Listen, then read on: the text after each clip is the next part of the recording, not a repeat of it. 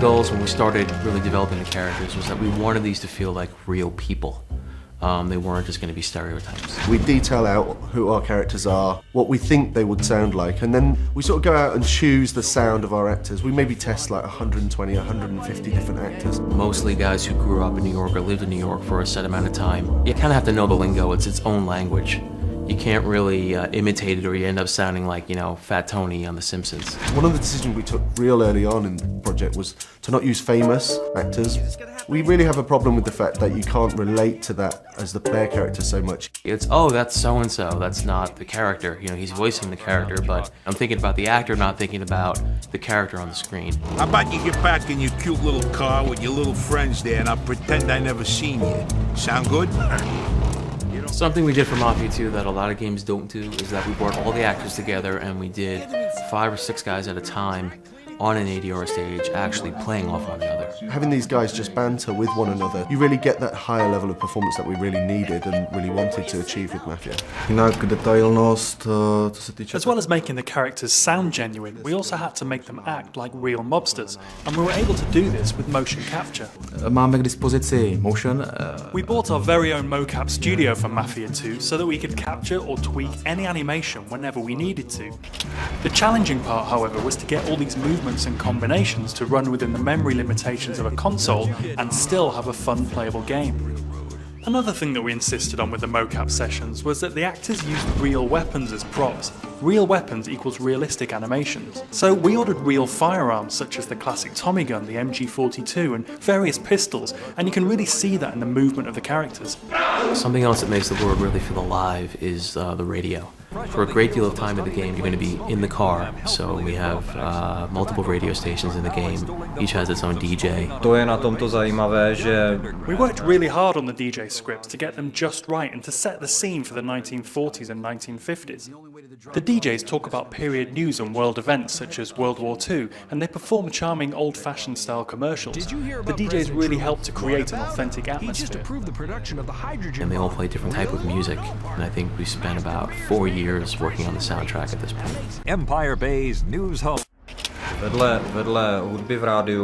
Besides the music on the radio, Mafia 2 also uses a lot of cinematic score that we composed here in the 2K Czech studio. The game contains many Hollywood-like elements, so we naturally needed music to support this. In total, we composed over 3 hours of original music using electronic samples and computer programs, but we knew that to convey the right emotions, we needed to re-record it with live musicians. Even though we're dealing with guys that maybe have got like, you know, involved in shady kind of deals and whatever else, we still see the human side of them. The feeling of engagement with the characters in Mafia is, you know, is really second to none.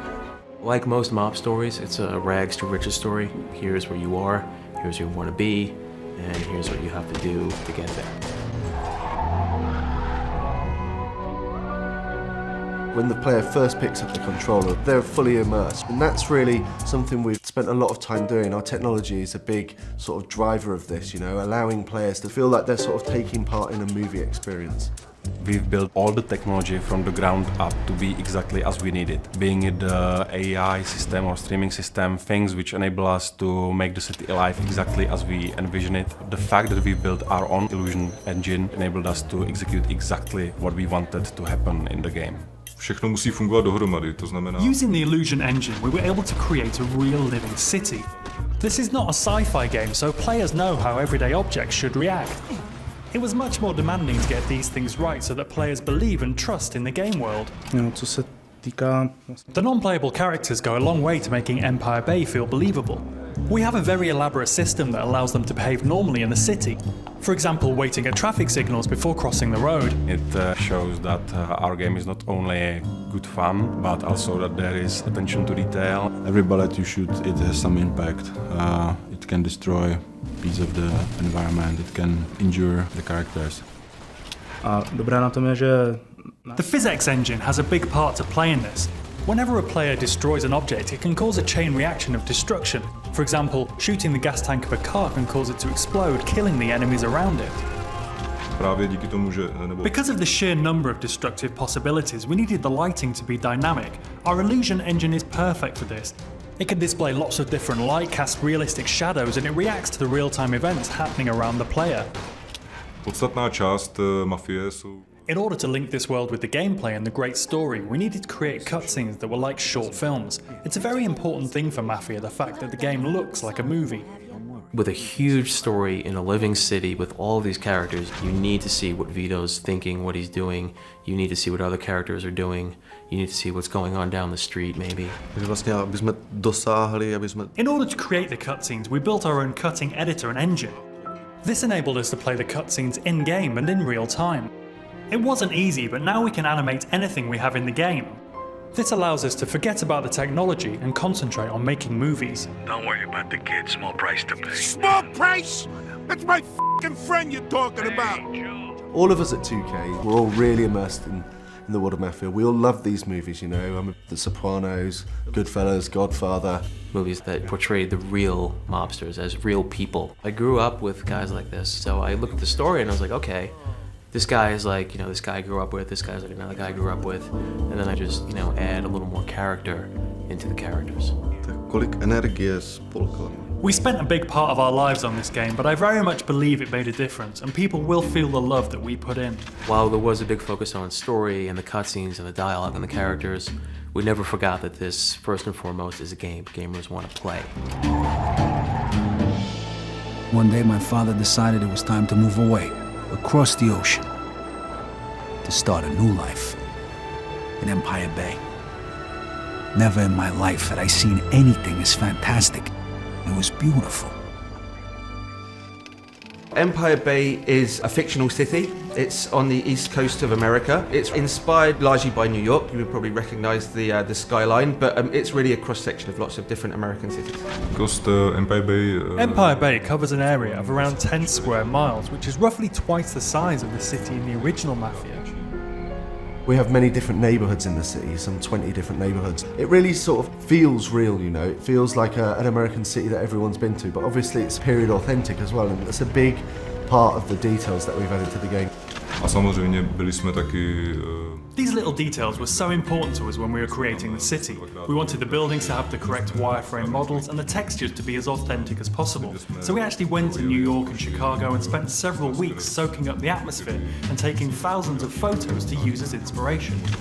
We have two versions of the city. We've got a 1940s version, a 1950s version. So the first part of the game is set in the winter, you know, like the whole place is completely covered in snow.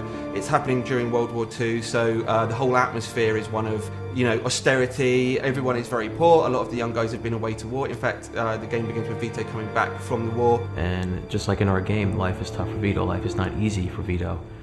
Can't believe you just got me out of the service. Come see me tomorrow. We got a lot to talk about. For me, it's the very small details. You know, like the snow sliding off the cars when you accelerate. The period detail is extremely high. All of these things together, the animations, the detail, the weather changing as you go through the missions, it's really just all adds together to create the atmosphere and the vibe. Then we move to the 50s, it's a very different environment, it's rock and roll, the guys are driving cool cars, everyone's got a little bit more money, the whole kind of feeling and the vibe of the game have changed. The 50s for us really is the birth of cool, you know? The birth of the TV, the birth of rock and roll. It's got all these different sort of things going for it, you know, after the depression of the 40s and the war. When you sort of come to the 50s in the game, it really feels different, you know? It's really bright, it's really vibrant, there's loads of different stuff going on in the city. The music in the game really transports you back to the era. We have almost 200 licensed tracks that were on the radio back then. This is all real music from the era. You know, it's artists like Little Richard, Tony Bennett, classic artists that, you know, the music is still alive and well today. Hey, how'd you get in here? The enemies in the game are different sorts of gangs from within the city. You have the bombers, the greasers. But as well as that, we have other Italian mobsters from the Clemente family, from the Vinci family, and the Falcone family. I guess a big enemy could be described as the police force. The feds and the police are always trying to put a stop to the mafia's crimes that are going on. It depends on which police you're talking about. If it's the beat cop, are you going to screw with these guys who really aren't committing a violent crime right in front of you? You're just going to take your payoff and keep on walking because it's a lot easier. What we wanted with the police is a sort of very 50s film sort of feel to it, you know. If you duck out of sight, duck down a few alleys, then you're going to lose the immediate chase. Everything just feels different. The way they speak is different, the music is different. All these different elements, they really transport you back. It doesn't feel like oh, I'm gonna go to Manhattan now and walk around. Expect to see the same kind of thing. It's a different world. Mafia 2 is it's a third-person action-adventure game set in a fictional city in the east coast of America during the 40s and 50s. It charts this guy, Vito Scaletta's, that sort of rise into a life of organised crime along with his buddy Joe. Well, like every classic mob story, Mafia 2 is a story about friendship, betrayal. The guys who you think are the bad guys might not really be the bad guys. Your best friend might be the bad guy. The thing that's really important to us is this sort of cinematic storytelling that the guys here at 2K Czech can sort of achieve. Something we're really proud of, something we've invested so much time and effort into making sure it's perfect. A na tom vlastně stavíme. We want to present the whole game in a Hollywood film-like style, and visually it looks amazing, but it's the story that's the most important thing for us. It starts off with, it's just about Vito, and then the first guy you meet is Joe. He's Vito's best friend, and then you'll meet Vito's mother and sister right away. Vito, my boy. My boy's home. Vito's a nice guy, he has strong morals, he doesn't kill people because he wants to, he kills because he has to. He just wants to get a bit of money, a bit of respect and a bit of power. Vito doesn't aspire to be the Don. Here's your 300 bananas. I'm taking my cut as the middleman. Next time, you're on your own. All right. Thanks, Joe. When I first got the first version of the script, one thing that really stuck out was that it was a buddy story. It wasn't just one guy on his own doing what he wants. Like I said, I know people. You get all the official paperwork tomorrow. Joe's sort of a shoot first, sort of ask questions later sort of guy, you know. Joe is the guy who comes up with the schemes and or tries to come up with the schemes, and Vito kind of makes sure that they both don't get arrested or killed. Joe just makes some pretty dumb decisions through the story, you know, and Vito is just left to sort of like deal with that and sort of get Joe, his best buddy, out of these scrapes. Don't worry, I thought of everything. I got these phone company uniforms so we can pretend to be fixing something. Sounds a little too simple. Our goal was to build the relationship in such a way that it's clear to us, or to the player, that Joe is his best friend. Something like family, if not even more. We'll find you a job where you can make good money without killing yourself, all right? Music to my ears. Besides Joe Barbaro, there's a lot of other characters that Vito meets and interacts with and becomes friends with throughout the story. The first real mob guy you meet is a guy named Henry Tomasino, who gives you kind of your first big break. And then this guy named Eddie Scarpa, who's kind of similar to Joe in that he likes the booze, he likes the women. It's an open world city with a very strong linear story travelling through it, which is maybe a little bit of a different structure than we see with other open world games. With our game, the story is incredible, the dialogue is amazing. If you knew what was really going on, you'd realize that you was better off in jail. But that don't matter now anyway. What we wanted to chart was this guy's rise through the ranks of the Mafia. The Mafia is pulling the strings. If you're ordered to do something, you have to do it, even if you don't agree. Otherwise, you won't survive, or you might lose a friend, or even your family. You're gonna do us all a favor, and if I refuse, you die. The life of a mobster isn't what it's all made out to be, you know. It's not all really glamorous, you know. It has some really bad things that happen to it, and we really explore that during the story. I think it's really interesting. People are going to really enjoy it.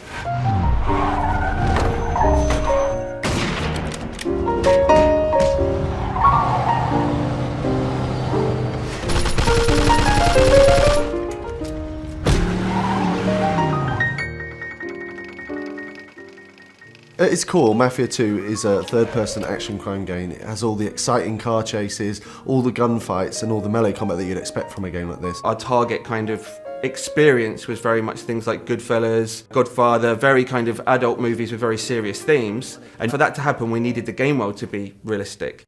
Shooting is one of the most important things in the game, and obviously, as we try to be realistic, our weapons are quite lethal. We really wanted to feel like deadly combat. What we don't want is the player sort of rushing enemies and doing things like that, you know. You can only take 2 or 3 shots before you actually die. If someone shoots at you, the first instinct is to get behind some cover. It really feeds into that intense feeling that we really want from the gun combat experience. We spent a lot of time and effort on the cover system because the player will spend a lot of time using it. But you have to be careful because the cover can often be easily destroyed. So if you're hiding behind a fence and it starts to disintegrate, it's time to move elsewhere. This destructibility was a big thing for us. We wanted to fill the whole city with a massive number of destructible objects, so the player felt that they could pretty much destroy anything. The player can use a wide range of weapons, from pistols to submachine guns. Of course, we had to include the classic Tommy gun that everyone knows from the Mafia movies.